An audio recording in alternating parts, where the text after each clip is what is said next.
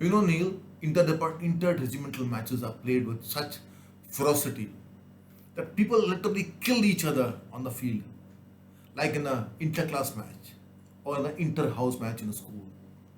You can see people killing each other. The same thing doesn't happen in an inter-services match or an inter-school match or an inter-district, interstate match. No, that doesn't happen. Ah, quote unquote, Colonel Arun Rao, my supervisor at Deccan Aviation Private Limited. Welcome to profneel. It's a pleasure to have you here on a Friday, and we discuss about that inconsequential yet inspiring interclass football match and the lessons from that. So somewhere in 1977, when I was studying in this at the St. Xavier's High School, Loyola Hall, Ahmedabad, we had a very fine tradition being a Saint Society of Jesus school, but a very fine sporting tradition. Interclass matches were held in the lunch recess, 30 minutes. And it was the seventh A, when we played one of the biggest matches of our life. We remember that for life. As I remember now, we had beaten, we the dadas of the primary section, we had beaten everybody else in the primary, and so we had earned the ticket to play the big boys the next round. The big boys were ninth, we had drawn ninth A. Ninth A had 4 school team players in Kalika Chudasma, Anuj Mehta, Anil Varghese, and George Thomas. One itself would be enough. Against such chotus, they're tall, broad-shouldered, big, and we were absolute chotus. And they were ace players. These 4 would go on to later play for Gujarat State. So you can imagine the kind of odds that were against us. 33-1, definitely, or rather 66-1. The bookies would have put the odds on us on winning the match. But then, as in every class match, out of the 11 players, only 6 or 5 or 6 know the game properly. You can play the game very well. The other 5 are drafted into comprise the 11. I was one of the left-footed people in that team who knew a little bit of football, so our job was primarily to defend.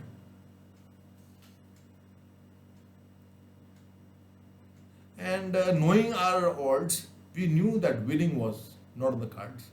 So the only way we could play for us, be defeated, not be disgraced. So keep the score line as less as possible. Let it not be a double-digit score. Let it be just about 4-0, 5-0, still good enough. But don't let it go beyond that. If it's 10-0, 11-0, we are finished. Disgraced. If it's a draw or a 1-0, 2-0 difference, we would walk away with honors.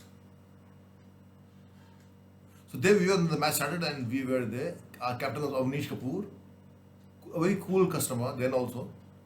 And we had employed now that we know that term,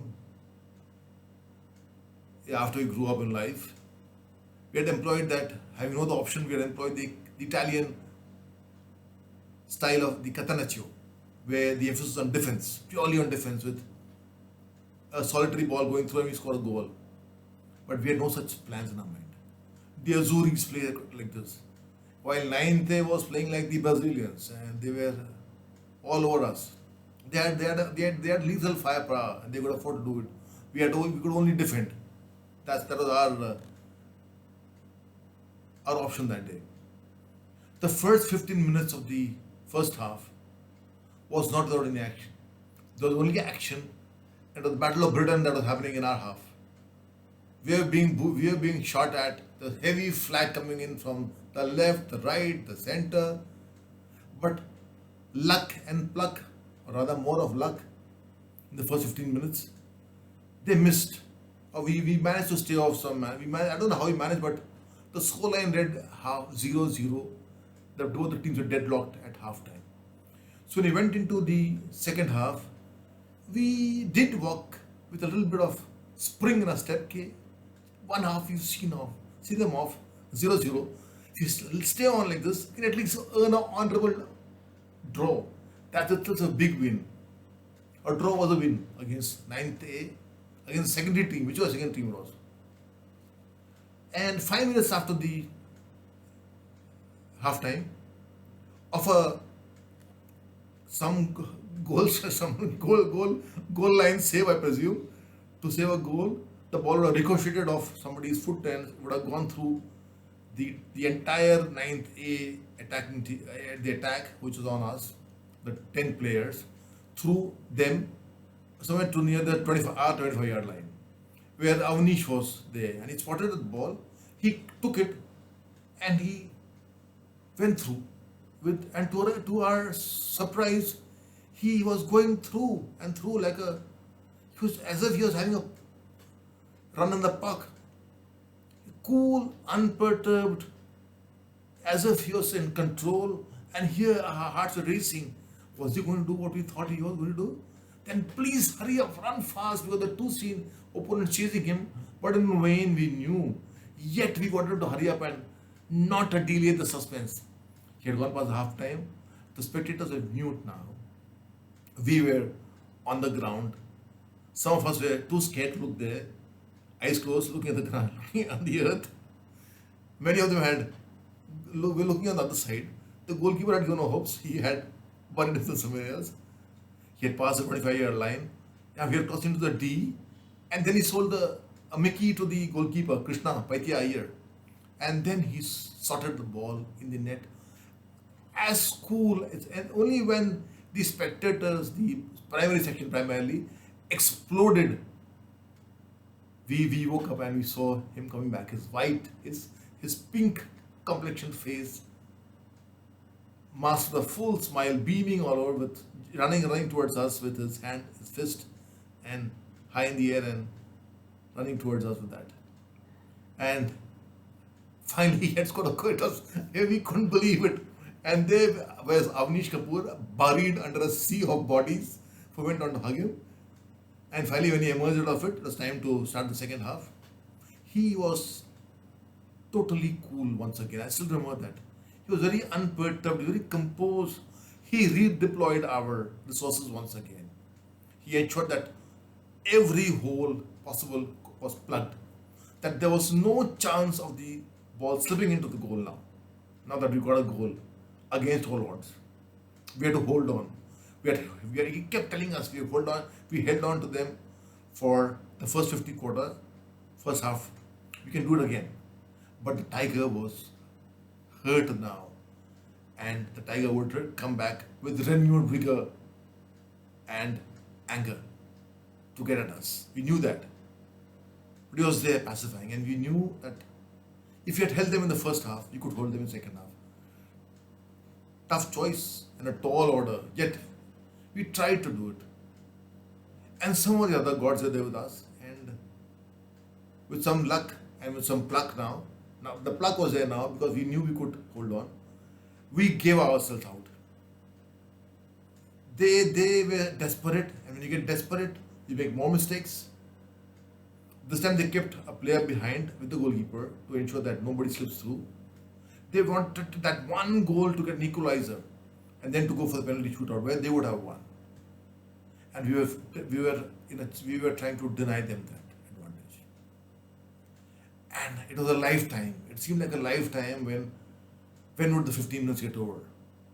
And when finally Brother John blew the whistle, overwhelmed, we just sat where we were on our knees. We couldn't believe it. We just couldn't believe it. And the seniors, our opponents, their body language was terrible. We felt very bad for them, of course. And we had humbled them. But they would not have to face their peer group. Their izzat was gone. But that's the match. We got up and we went to this typical sporting tradition. We went to greet them with a hard luck. And typically, like senior boys, they tousled our hair and said, "Congratulations, well played." That's kind of sporting spirit that we had. And that's what I again repeat again and again. The finest lessons of life are learned not in the classrooms. Despite being a teacher a classroom teacher, I still maintain that there are 1,000 lectures in the classroom. You can't learn anything. You play one match on the courts or on the field, there are so much of learnings. That day I learned many a thing. And the first thing was that no matter what happens, self-belief is the most important thing. When I saw the 1983 finals, when India beat West Indies, there was one man who believed that we could beat them, Kapil Dev. And there was one man in our team who believed that we could beat them, Avnishkapoor. So I learned never to underestimate anybody or any team in my life. And lessons from that match for a lifetime. While preparing to face a storm, planning to survive is a very good strategy. But be ready to capitalize on the chances you get anytime. It is not the size of the dog in a fight, but the size of the fight in the dog that matters. And self-belief can help you overcome any tough situation. Getting ahead in a situation is not the end. It is the beginning of your journey towards the end. And there's a fine line between confidence, with which you can conquer Mount Everest to, and overconfidence, which brings you down to your knees. By the way, Avnishkapoor's leadership, skills, why did I keep praising it so much? As I said earlier, the lessons of sportsfield are the best learned lessons in life. Avnishkapoor retired as a very senior officer from the Indian Army. There you have it.